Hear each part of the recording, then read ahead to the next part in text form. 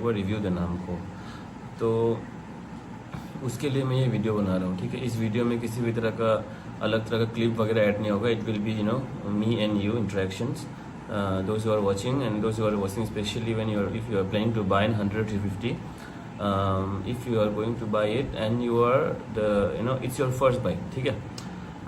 तो उसी तरह का मैं आपको हैंड फ्री एक्सपीरियंस बताना चाहूँगा। ओके, तो फर्स्ट ऑफ ऑल जब मैंने उसका जो बाइंग प्रोसीडियर था वो सब, तो इट वाज स्मूथ।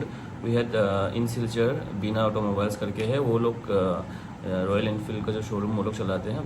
तो वहाँ पे जितना जो भी प्रोसीडियर था इन terms of owning Royal Enfield bike, it was very very easy and in a friendly manner and it was very fast, ठीक है। Except for all the formalities, जो आपको डॉक्यूमेंटेशन ये सब चाहिए वो अलग है।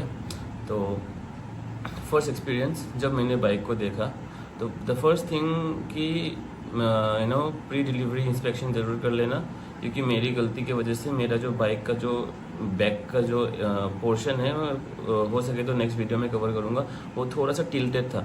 तो वो उन्होंने बताया कि आपको प्री इंस्पेक्शन में चेक कर लेना चाहिए था। तो इसके बाद आते हैं हम मेरा फर्स्ट राइड पे।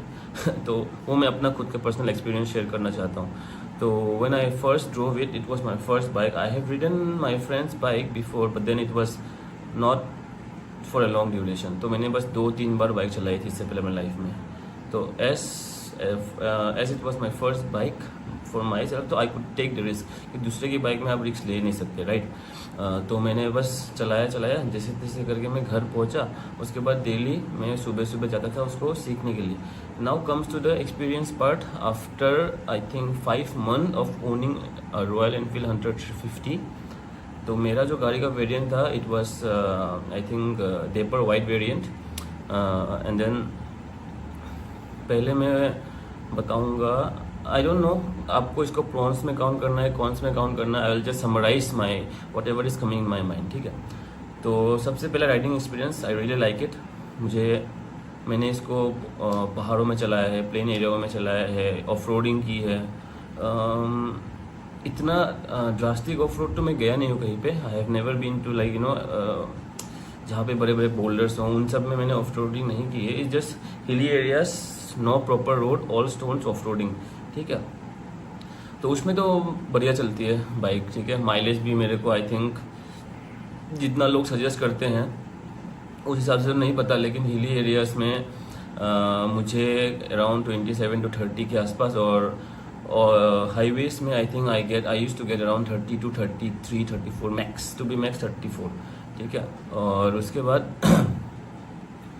जितने भी मैंने रिव्यूज सुने हैं, seat is not that much comfortable. I think the main reason is suspension. अगर आपके पीछे पिलियन हो ना हो, आई डोंट नो लोगों को क्या फील होता है, लेकिन as for me, whenever there is even a small bump on the road, ठीक है, छोटा सा भी पोर्ट होल हो, my whole body use to shake it. तो इसके वजह से I think there should be an upgrade in terms of the rear suspension. तो वो पहला इशू था। सेकेंड इशू इज़ थोड़ा सा ट्रैफिक में गाड़ी बार बार स्टॉल होता था, बार बार ऑफ हो जाता था, बंद हो जाता था, ठीक है। वापस I need to restart it and then I have to drive it back again. तो ये एक मुझे मेजर इश्यूज लगे ये दोनों, जब भी मैं राइड करता हूँ। And in terms of long duration वही है, बैक पेन वगैरह, बाकी तो इतने इश्यूज नहीं है, क्योंकि I am a safe rider. तो मैं प्रीफर करता हूँ, एंड न्यू राइडर, तो मैं प्रीफर करता हूँ ना कि I will drive maximum at speed of 80 to 100। तो उतने में तो ये bike gives me a lot of comfort except for the seat, ठीक है। In terms of how much I have ridden it, for now I think I just cross 3000 kilometre mark, और second servicing का लिए 6 महीने चाहिए होते हैं, right, और 5000 किलोमीटर। तो 6 महीने कंप्लीट होंगे मेरे नेक्स्ट महीने को आई थिंक। सो तब मैं जाके इसको सर्विसिंग करवा लूँगा। और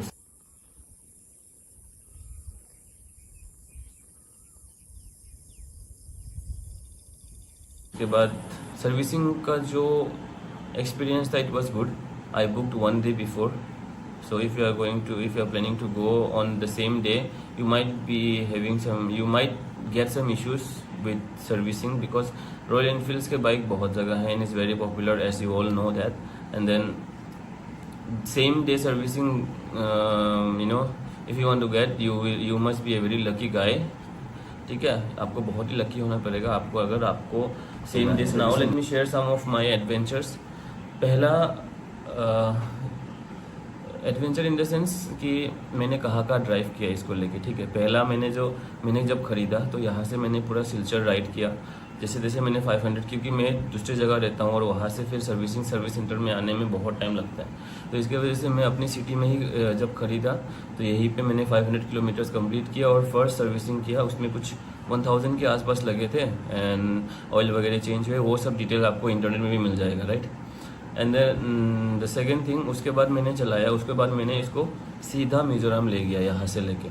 तो when I took it to Mizoram, I think पूरा जर्नी में I think it ate up almost 800 to 900 rupees of petrol in Indian currency. ठीक है, तो उसमें कितना किलोमीटर खाया होगा. And distance of from my house to my work station और work location is approximately 190 to 300 kilometres to be max. Okay, इतना सही होगा. तो आप कैलकुलेट कर दीजिए कितना एवरेज मिला होगा हिली एरियाज़ में.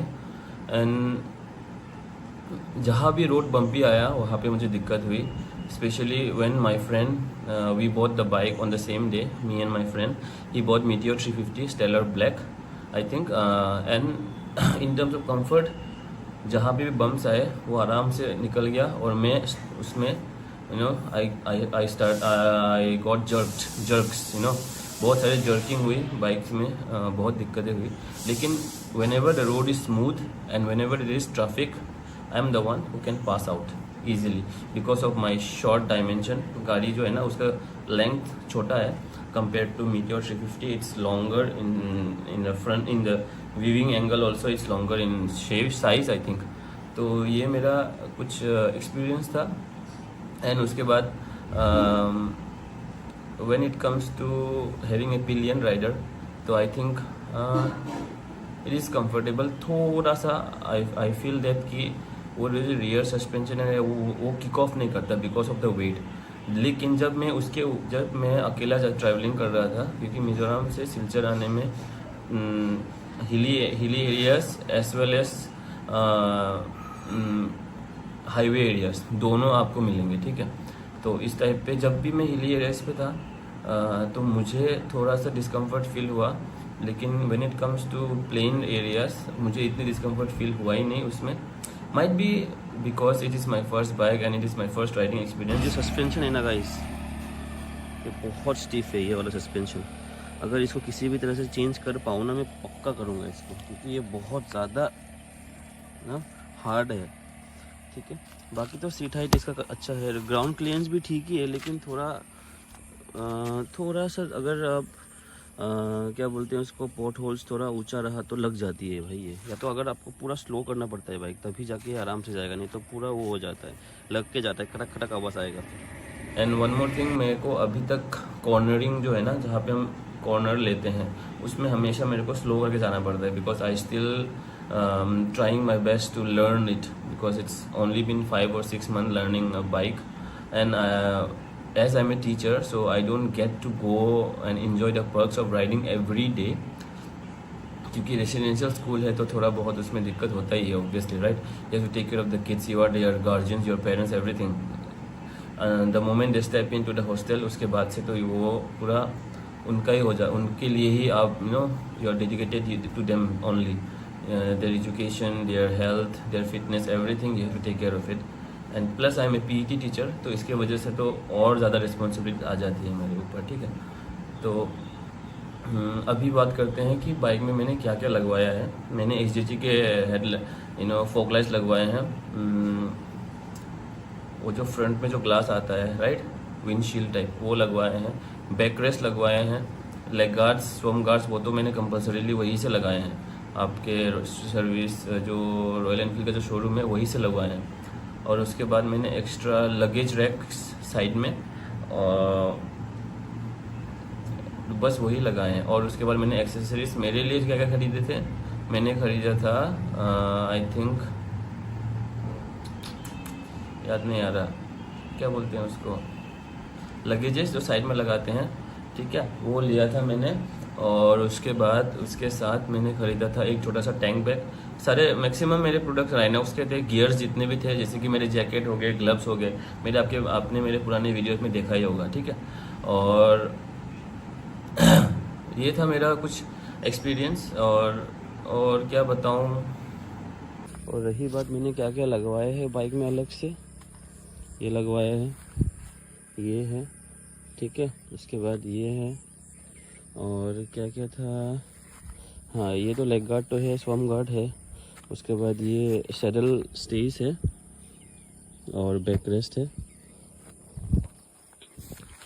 बाकी तो कुछ इतना लगाया नहीं है। इसके ऊपर मैंने वो PPF करवा दिया है और ये तो लाइन बना दिए हैं थोड़ा लुक के लिए बस, और कुछ नहीं, बाकी सब सेम ही है। सो गाइस, जैसे मैंने बताया, it's about only my 100-350. Now let me just compare with Meteor 350, and you know, the reason behind my comparison with 100-350 is because me and my friend who bought the bike on the same day, we used to ride it together, we used to go together, we used to come together here back from our working station, which is around, for him it is I think around 400, and for me it's around not 400, I think 450, and for me it's around 300 kilometers, okay.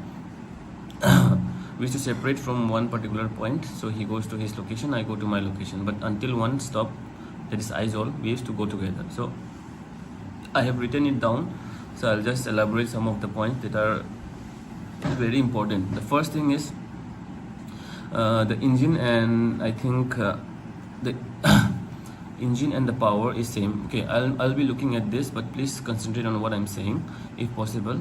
The engine and the power, okay, first of all, so the both engines are same with similar torque, okay, and similar power.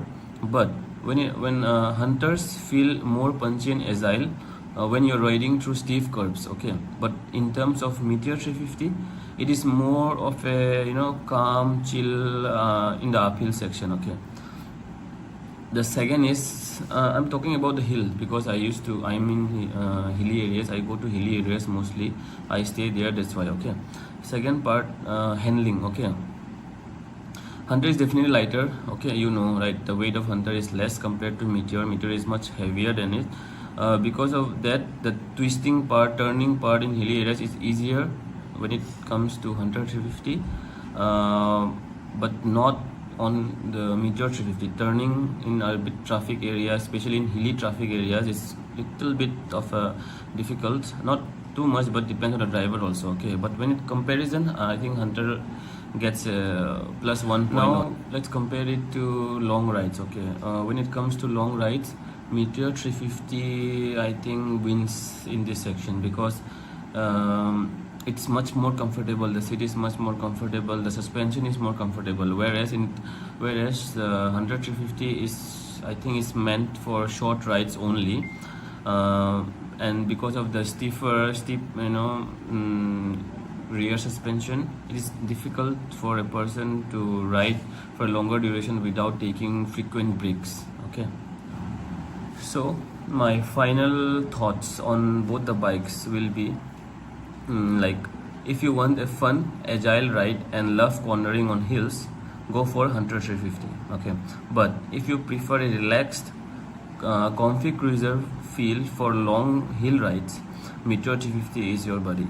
So both bikes are great, it just depends on your bike, okay. So this is what this is the, you know, whatever I gave to ChatGPT, and ChatGPT gave these answers based on whatever information I provided him. But let me just say you clearly the last opinion, not looking at my phone. On my personal behalf, I really like it, but then the only thing that disappointed me a little bit was the suspension. I think the suspension was a bit of stiffer side, stiff. Okay, and okay, one more thing I forgot. I even installed from aftermarket handlebar raisers, because I need to, you know, bow down a little bit. So with the help of that, handlebar razors. I'm much more comfortable because I'm 5'6.565 or 5'7". I'm not 5'7" to be exact. So for me, I need to bend down a little bit, not that much, but still I put a handlebar razor so that I can sit comfortably with my back area. Okay, so that is everything that I faced, good or bad, about 100-150. So if you want to purchase it, you can go for it, depends on you.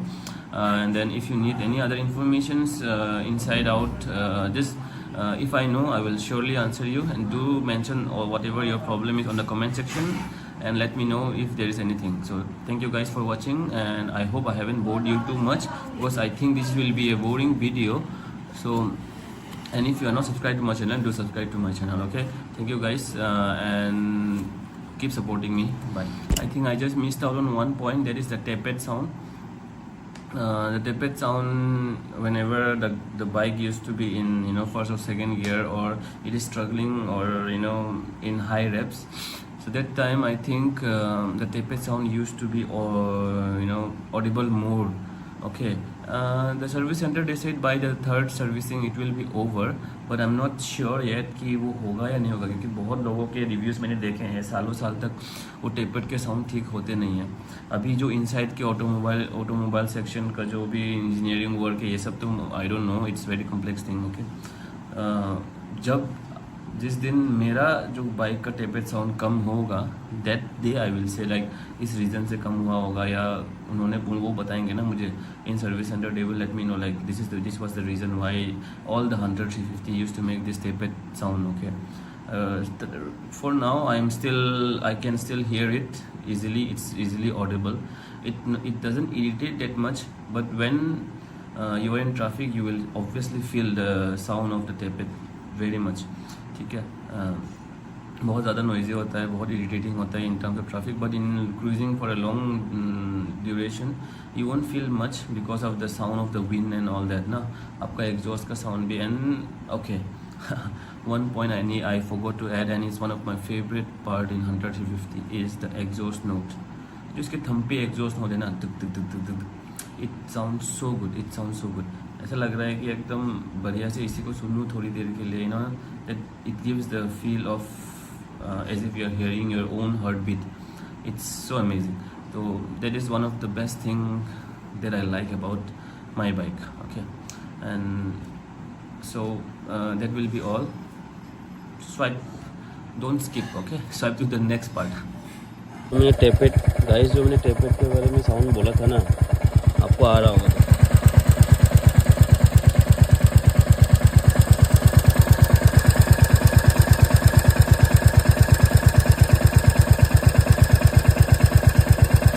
तो guys, I think ये एक दो दिन आप मैं 2-3 vlogs डाल दूंगा. I will put some extra vlogs and wait.